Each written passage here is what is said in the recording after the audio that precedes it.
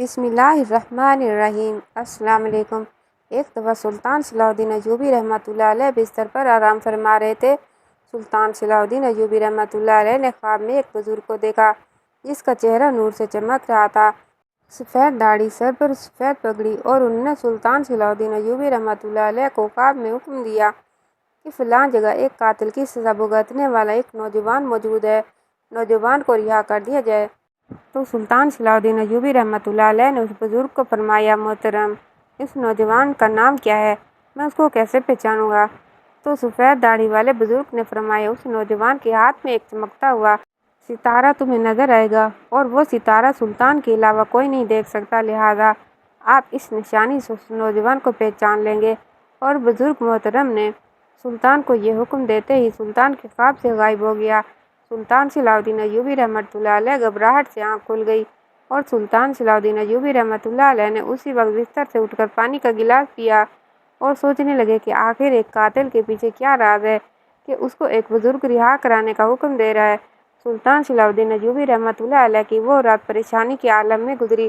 صبح ہوئی، سلطان صلاح الدین ایوبی رحمۃ اللہ علیہ نے نماز ادا کرنے اور قرآن پاک کی تلاوت کرنے کے بعد اپنے گھوڑے پر سوار سیدھا اسی جیل میں پہنچ گئے۔ سلطان صلاح الدین ایوبی رحمۃ اللہ علیہ نے جنرل کو اپنے پاس بلایا اور کہا کہ اس جیل میں کتنے قیدی ہیں جو قتل کے جرم میں سزا بھگت رہے ہیں؟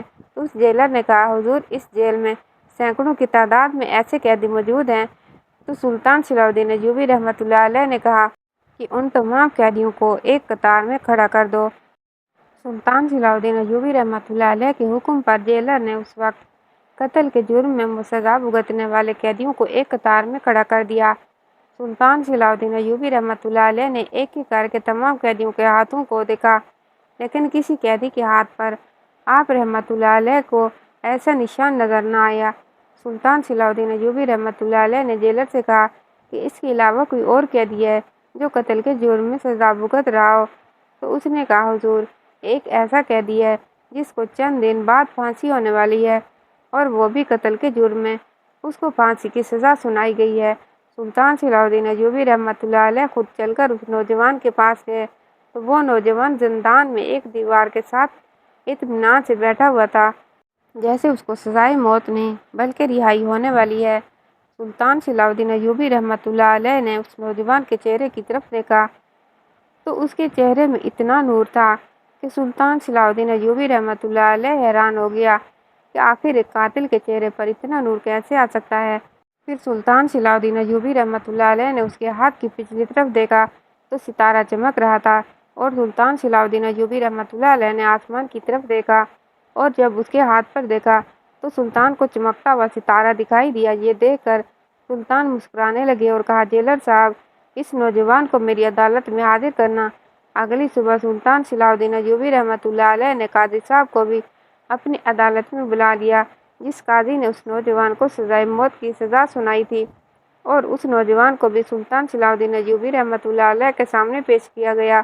سلطان صلاح الدین ایوبی رحمۃ اللہ علیہ نے کہا، اے نوجوان، بے شک تمہیں قتل کے جرم میں سزائے موت سنائی گئی ہے، لیکن ایک حیران کن بات یہ ہے کہ گزشتہ رات میں نے خواب میں دیکھا جس میں ایک بزرگ جس کا چہرہ نور سے بھرا ہوا تھا، اس نے آپ کی رہائی کا حکم دیا ہے۔ مجھے اس بات کی سمجھ نہیں آ رہی کہ آخر تمہاری ایسی کون سی نیکی اللہ کو پسند آ گئی ہے، یا تم نے ایسا کون سا نیک کام کیا جس سے تمہیں قتل کرنے کے بعد بھی رہا کرنے کا حکم دیا گیا ہے؟ تو وہ نوجوان مسکرانے لگا اور کہا، سلطان معظم، اس راز سے پردہ میں نے اس وقت بھی نہیں اٹھایا کہ جب مجھے یقین ہو گیا کہ مجھے پھانسی ہونے والی ہے، لہٰذا میں اس راز سے کیسے پردہ اٹھا سکتا ہوں؟ تاریخ میں لکھا جائے گا کہ اس نوجوان نے اپنی جان بچانے کی خاطر راز سے پردہ اٹھایا۔ تو سلطان صلاح الدین ایوبی رحمۃ اللہ علیہ نے اس سے کہا کہ رازوں پر پردہ اس وقت تک رکھنا چاہیے جب تک ان کا مناسب وقت نہ آ جائے، مناسب وقت پر ان رازوں سے پردہ اٹھ جانا بہتر ہوتا ہے۔ سلطان صلاح الدین ایوبی رحمۃ اللہ علیہ کی بات اس نوجوان کی سمجھ میں آ گئی۔ حضور، میں ایک شرط پر اس راز کے بارے میں پردہ اٹھاؤں گا۔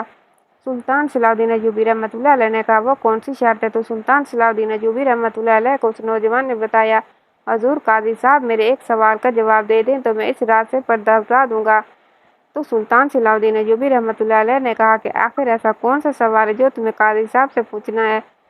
تو اس نوجوان نے کہا، حضور، بے شک قاضی صاحب کو یاد ہو یا نہ ہو، میں جانتا ہوں کہ قاضی صاحب کے پاس تقریباً 15 سال پہلے اپنے بنائے گئے مدرسے میں پڑھتا تھا، اور اس مدرسے میں سینکڑوں کی تعداد میں طالب علم دین کی روشنی سے منور ہوتے، لیکن حیران کن بات یہ تھی کہ قاضی صاحب کی تنخواہ اتنی تھی کہ اس سے قاضی صاحب کو گھر کا گزارا بڑی مشکل سے ہوتا، لیکن اس مدرسے میں پڑھنے والے سینکڑوں طلباء کے کھانے پینے اور رہائش اور لباس کا خرچہ قاضی صاحب خود اٹھاتے تھے، یہاں تک کہ اگر مدرسے میں کسی بچے کی بیماری لاحق ہو جاتی تو اس کا علاج بھی قاضی صاحب اپنی جیب سے ہی کرتے۔ میں نے قاضی صاحب سے کئی مرتبہ اس سوال کے بارے میں پوچھا، لیکن قاضی صاحب نے مجھے بتانے سے انکار کر دیا۔ میں نے قاضی صاحب کو کہا، شاید آپ کو سردار کی طرف سے کچھ مدد ملتی ہے یا پھر کوئی اور راز ہے؟ تو قاضی صاحب نے کہا، بے شک مجھے سردار کی طرف سے رقم دینے کی پیشکش کی گئی، لیکن میں نے اس کو ٹھکرا دیا، لہٰذا یہ ایک راز ہے اور اس راز کو راز ہی رہنا چاہیے۔ میرے کئی بار پوچھنے کے باوجود قاضی صاحب کا چہیتا طالب علم ہونے کے ناطے قاضی صاحب سے کئی بار پوچھا، پھر بھی اس راز سے پردہ نہیں اٹھایا۔ تمام مدرسے کے کئی طالب علم حیران ہوتے کہ آخر قاضی صاحب اتنے اخلاص کیوں کرتے ہیں، اور چند ایک طالب علموں کے دل میں قاضی صاحب کے خلاف غلط خیالات بھی تھے۔ ان بچوں کا ایک دن کا خرچہ قاضی صاحب کی 2 ماہ کی تنخواہ سے بھی زیادہ تھا، اور یہی راز آج تک راز رہا۔ ابھی تک قاضی نے اس بات کے بارے میں کسی کو نہیں بتایا۔ اگر قاضی صاحب آج آپ یہ بتا دیں کہ قاضی صاحب ان بچوں کے اخراجات کی رقم کہاں سے لیتے تھے تو میں بھی اس راز سے پردہ اٹھا دوں گا۔ تو سلطان صلاح الدین ایوبی رحمۃ اللہ علیہ نے قاضی صاحب کی طرف دیکھا تو قاضی صاحب سر جھکائے کہنے لگے، بے شک میں اپنے زندہ رہتے ہوئے اس راز سے پردہ نہیں اٹھانا چاہتا تھا، لیکن حالات ایسے ہو گئے ہیں کہ اس بات کو تمام لوگوں کے سامنے لانا چاہیے۔ قاضی صاحب نے کہا کہ میں بغداد کے شہر میں ایک مدرسے میں تعلیم حاصل کرتا تھا۔ میرے ماں باپ بچپن میں ہی فوت ہو گئے تھے، لہٰذا میں اکیلا تھا۔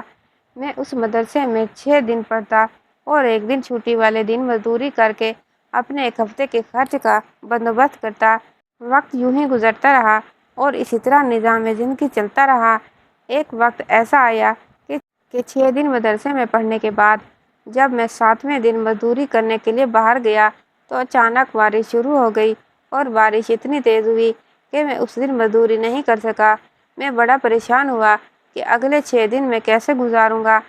اس کے علاوہ میرے پاس اور کوئی چارہ نہیں تھا، لہٰذا بھوک سے نڈال ہو کر پانی پی کر میں نے وہ 6 دن گزار دیے۔ اسی طرح ایک ہفتہ گزر گیا۔ اگلے دن میں بہت خوش تھا کہ آج مزدوری کا دن ہے، مزدوری ہو جائے گی تو پھر اگلا میرا ہفتہ اچھے سے گزر جائے گا۔ لہٰذا جب میں مزدوری کرنے کے لیے مزدوروں کے چوک پر گیا تو دیکھا کہ وہاں کوئی بھی وزیر، کوئی بھی تاجر مزدور لینے کے لیے نہیں آیا تھا۔ میں ہر طرف دوڑا، بازار کے تمام تاجروں کے پاس گیا، لیکن کسی نے مجھے مزدوری پر نہیں لگایا، اور اب میں مایوس ہو کر واپس لوٹ آیا۔ میں ایک ہفتہ بھوک میں گزار چکا تھا، اب دوسرا ہفتہ بھی بھوک میں گزارنے والا تھا۔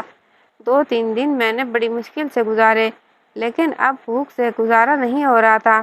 مایوس ہو کر میں گھر سے باہر نکلا اور سوچا کہ باہر نکل کر گلی محلے میں جاتا ہوں، شاید کہیں سے کھانے پینے کا کوئی بندوبست ہو جائے۔ میں باہر نکلا تو ایک گلی سے گزر رہا تھا کہ اس گلی میں مجھے ایک تھیلی پڑی ہوئی نظر آئی۔ وہ دوپہر کا وقت تھا، سنسان گلی تھی، کوئی نہیں دیکھ رہا تھا۔ میں نے وہ تھیلی اٹھائی اور سیدھا گھر آ گیا۔ جب میں نے اس تھیلی کو اٹھا کر دیکھا تو اس میں ایک جواہرات سے بنا ہوا ہار موجود تھا۔ اس ہار کی چمک دمک دیکھ کر مجھے اندازہ ہو گیا کہ یہ ہار بہت قیمتی ہے، لہٰذا میں سوچنے لگا کہ آخر اس کے حقیقی مالک تک یہ کیسے پہنچایا جائے۔ اسی سوچ کے عالم میں باہر نکلا تو گلی میں ایک بزرگ آدمی اونٹ پر سوار تھا۔ اس کے آگے اس کا ایک ملازم رسی کو پکڑے ہوئے یہ آواز لگا رہا تھا کہ میرے مالک کی ایک تھیلی گم ہو گئی ہے اور اس میں ایک قیمتی ہار تھا، اگر کسی کے ہاتھ لگا ہو تو وہ واپس کر دے، اس کو انعام 1000 دینار دیے جائیں گے۔ جب یہ خبر میں نے سنی تو سیدھا دوڑ کر باہر نکلا اور جا کر اس اونٹ کی رسی کو پکڑ کر گھر لے گیا اور اس بزرگ کو کہا، حضور آپ اندر آ جائیں، میں آپ کو کچھ بتانا چاہتا ہوں۔ میں صرف بزرگ کو اندر لے گیا اور جا کر میں نے وہ تھیلی اس کے حوالے کر دی اور اس کے اندر سے ہار نکال کر دیکھا جو کہ ویسے کا ویسا موجود تھا، وہ بڑا خوش ہوا اور کہا، یہ ہمارے لیے بہت قیمتی تھا، یہ میرے خاندان کی سب سے بڑی نشانی تھی، لہٰذا اس کے بدلے میں تم اپنے 1000 دینار کا انعام حاصل کرو۔ میں نے بہت منع کیا، یہ مجھ پر فرض تھا اور میں نے ایک فرض پورا کیا، لہٰذا میں اس کے بدلے میں انعام نہیں لے سکتا۔ لیکن اس بزرگ نے مجھے زبردستی 1000 دینار دیتے ہوئے چلا گیا۔ میرے پاس بہت بڑی رقم آ گئی تھی۔ میں نے اپنے کھانے پینے کا بندوبست کیا، اپنے مکان کے مالک کو کرایہ دیا اور مدرسے میں موجود باقی غریب طلباء کو بھی ان میں سے کچھ رقم تقسیم کر دی تاکہ میری طرح اور بچوں کو بھی مشکل وقت میں پیش نہ آئے۔ وقت گزرتا رہا۔ جب میری تعلیم مکمل ہو گئی تو میں سمندر کے کنارے پہنچا تاکہ کشتی پر سوار ہو کے اپنے شہر واپس چلا جاؤں۔ شام کا وقت ہو چکا تھا۔ ایک اناڑی ملاح کشتی پر موجود تھا۔ جب لوگ اس کے ساتھ سوار ہوئے، کشتی بھاری ہونے کی وجہ سے کشتی اس سے قابو میں نہ آئی اور کشتی کا پٹا ٹوٹ گیا۔ کشتی ڈوبنے لگی تو میں نے بھی خوف سے آنکھیں بند کر لی اور کشتی کے پٹے کو زور سے پکڑ لیا۔ مجھے نہیں پتا کہ باقی مسافر کہاں گئے۔ میں نے اس پٹے کو پکڑے رکھا۔ اندھیرے میں نہیں پتا چلا کہ یہ پٹا کہاں جا رہا ہے۔ وہ پٹا ہچکولے کھاتا کھاتا ایک جزیرے پر جا لگا، پٹے سے اترا اور ریت پر جا گرا۔ تھوڑی دیر سانس بحال ہونے کے بعد میں ایک ڈھلوان جگہ پر چڑھا۔ دیکھا کہ سامنے ایک بستی موجود تھی اور اس کے ساتھ میں ایک مسجد بھی موجود تھی۔ میں نے وضو کیا اور مسجد میں پہنچ گیا۔ میں نے نماز ادا کی تو اس جگہ پر قرآن مجید موجود تھا۔ میں قرآن پاک پڑھنے لگ گیا۔ جب گاؤں کے ایک بزرگ آدمی نے مجھے قرآن کی بات پڑھتے ہوئے دیکھا تو انہوں نے کہا، حضور، ہماری ساری بستی میں کوئی بھی قرآن پاک پڑھنا نہیں جانتا، لہٰذا اگر آپ ہمیں قرآن پاک پڑھانا سکھا دیں، کچھ دین کی باتیں بتا دیں تو آپ کا بہت احسان ہوگا۔ مجھے 2 وقت کی روٹی ملتی رہی اور میں نے گاؤں والوں کو قرآن پاک پڑھانا شروع کر دیا۔ گاؤں والوں کی نظر میں میری بہت زیادہ عزت تھی اور وہ میرا بہت احترام کرتے تھے۔ میرے جوانی سے بھرپور دور تھا۔ ایک دن ایک گاؤں کا چودھری میرے پاس آیا اور کہا، ہمارے گاؤں میں ایک شاہی خاندان سے تعلق رکھنے والا بزرگ رہتا ہے، لیکن اب وہ اس دنیا سے جا چکا ہے۔ اس کی ایک اکلوتی بیٹی ہے۔ اس کے پاس بہت مال و دولت ہے۔ اگر تم مجھ سے شادی کر لو تو تمہاری بھی زندگی بہتر ہو جائے گی اور اس سے کو بھی سہارا مل جائے گا۔ میرے منع کرنے کے باوجود میری شادی اس نوجوان لڑکی سے کر دی گئی۔ وقت گزرتا رہا۔ اس بستی میں بچوں کو پڑھاتا رہا، یہاں تک کہ اس بستی کے اکثر لوگ قرآن پاک پڑھنا جان گئے تھے۔ ایک دن حادثے میں میری بیوی کی وفات ہو گئی تو اس بستی میں میرا رہنا میرے لیے بہت مشکل ہو گیا۔ میں نے ساری دولت ان تمام گاؤں کے غریبوں میں بانٹ دی۔ اپنی بیوی کی آخری نشانی کے طور پر میں نے گاؤں والوں سے اس ہار کو اپنے پاس لے جانے کی اجازت چاہی۔ گاؤں والوں نے مجھے خوشی خوشی اجازت سے وہ ہار اپنے ساتھ لے جانے کی اجازت دے دی۔ یہ وہ ہار تھا جو میں نے بغداد کی گلی میں اٹھایا تھا اور اس کے بدلے میں انعام کے طور پر اس بزرگ نے مجھے 1000 دینار انعام میں دیے تھے اور یہ بیٹی اسی بزرگ کی تھی۔ جب میں مصر میں پہنچا اور میں نے سونار کو ہار دکھایا تو اس ہار کی قیمت 5 لاکھ دینار لگی۔ اتنی بڑی رقم آنے کے بعد میں نے ایک مدرسہ بنوایا اور اس مدرسے میں غریبوں کے بچوں کو پڑھانا شروع کر دیا اور اس ہار کی رقم ہی سے میں مدرسہ میں تعمیر کرایا اور اس ہار کی رقم ہی سے میں بچوں کے تمام اخراجات پورے کرتا رہا اور میں نے اس مدرسے میں سینکڑوں کی تعداد میں بچوں کو تعلیم دی۔ یہ سن کر سلطان صلاح الدین ایوبی رحمۃ اللہ علیہ بڑا حیران ہوا اور کہا کہ اس دنیا میں جہاں اتنے برے لوگ رہتے ہیں، وہیں قاضی صاحب جیسے کتنے معزز لوگ بھی رہتے ہیں۔ اور اس کے بعد سلطان صلاح الدین ایوبی رحمۃ اللہ علیہ نے اسی وقت حکم دیا کہ قاضی صاحب کو شاہی قاضی کے طور پر تعینات کر دیا جائے۔ اس کے بعد سلطان صلاح الدین ایوبی رحمۃ اللہ علیہ نے اس نوجوان کو کہا کہ اب بتاؤ، تم نے ایک قتل کیا، لیکن ایک قتل کی سفارش ایک ولی اللہ بزرگ نے کیوں کی؟ آخر تمہارے پیچھے کون سا راز ہے؟ تو اس نے کہا، حضور، قاضی صاحب کے مدرسے میں پڑھنے کے بعد میری دوستی گاؤں کے 3-4 آوارہ لوگوں سے ہو گئی، تو میں نے قاضی صاحب کی دی گئی ساری تربیت کو بھلا دیا اور میں بھی ان کی طرح گلی محلے میں شراب پیتا، سارا دن آوارہ گردی کرتے اور رات کو چوری کر کے ایک بوڑھی عورت کے پیسے دیتے اور وہ گاؤں کی کسی نہ کسی لڑکی کو بہلا کر پھسلا کر مکان میں لے آتی اور ہم وہاں اس کے ساتھ ساری رات تمام دوست مل کر جرم کرتے اور اس کام کو کرتے۔ 2 سال گزر چکے تھے۔ ایک دن ہم لوگ شراب میں دھت اپنے کمرے میں موجود تھے کہ بوڑھی عورت ایک نوجوان حسین و جمیل لڑکی کو لے کر آئی۔ وہ لڑکی جیسے ہی ہمارے مکان میں داخل ہوئی تو ہم کو شراب میں دھت دیکھ کر اس کی چیخ نکلی اور وہ بے ہوش ہو گئی۔ مجھے اس لڑکی میں ایک عجیب سی کشش نظر آئی۔ میں نے اسی وقت اپنے دوستوں کو اس لڑکی سے دور کیا اور اس بوڑھی کو کہا کہ اس لڑکی کو اندر لے جاؤ۔ بوڑھی عورت نے اس کو کمرے میں لٹا دیا۔ پتہ نہیں کیوں ایسا لگ رہا تھا کہ میں اس لڑکی کو چھونے سے گریز کر رہا تھا۔ میں نے اس لڑکی کو ہوش میں دلانے کی پوری کوشش کی اور جیسے ہی وہ ہوش میں آئی تو اس نے مجھے اپنی ماں کی قسم دے دی اور کہا کہ میں غریب مزدور کی بیٹی ہوں۔ یہ بوڑھی عورت مجھے اس بہانے سے لائی ہے کہ اس گھر میں کھانا پڑا ہوا ہے اور وہ کھانا میں تمہیں دے دوں گی اور تم جا کر اپنے اس بیمار باپ کو کھلانا۔ اور میں اپنے بیمار باپ کا پیٹ بھرنے کے لیے اس لالچ میں آ گئی، لیکن مجھے نہیں پتا تھا کہ اس کے اندر تم شراب کے نشے میں بیٹھے ہو، اور جیسے ہی میں نے تمہیں دیکھا تو مجھے تمہاری نیت کے بارے میں پتہ چل گیا اور اسی خوف کی وجہ سے میں بے ہوش ہو گئی۔ اور اس نے مجھے کہا اگر آج ان لڑکوں نے مجھے چھو لیا تو میں زندہ نہیں رہ پاؤں گی اور اس کے بعد میری روح کو سکون کبھی نہیں ملے گا۔ ساری زندگی مجھے کسی نامحرم نے چھوا تک نہیں، لیکن اگر آج میرے ساتھ کچھ بھی برا ہوا تو میں قیامت تک تم سب کو معاف نہیں کروں گی۔ اس لڑکی کی بات سن کر مجھے بہت خوف آیا اور باہر ہی نکلا اور اپنے دوستوں کو کہا اس لڑکی کو ہم ہاتھ تک نہیں لگائیں گے، وہ لڑکی بہت خوبصورت تھی۔ میرے دوستوں نے سمجھا کہ شاید یہ خود اس کے ساتھ گناہ کا ارتکاب کرنا چاہتا ہے اور ہمیں اس سے دور رکھنا چاہتا ہے، لہٰذا انہوں نے مجھے کہا یا تو ہمیں لڑکی سے زنا کرنے دو یا پھر قتل ہونے کے لیے تیار ہو جاؤ۔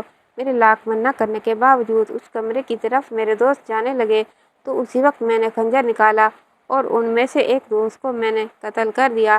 جب میں نے ایک کو قتل کیا تو باقی ڈر کے مارے وہاں سے بھاگ گئے اور میں نے اس لڑکی کو اپنے ساتھ لیا اور اس کو حفاظت کے ساتھ اس کے گھر پہنچا دیا۔ جب اس بات کی خبر قاضی صاحب کو لگی تو مجھے قاضی صاحب کے سامنے پیش کیا گیا اور قتل کے جرم میں مجھے سزا سنائی گئی۔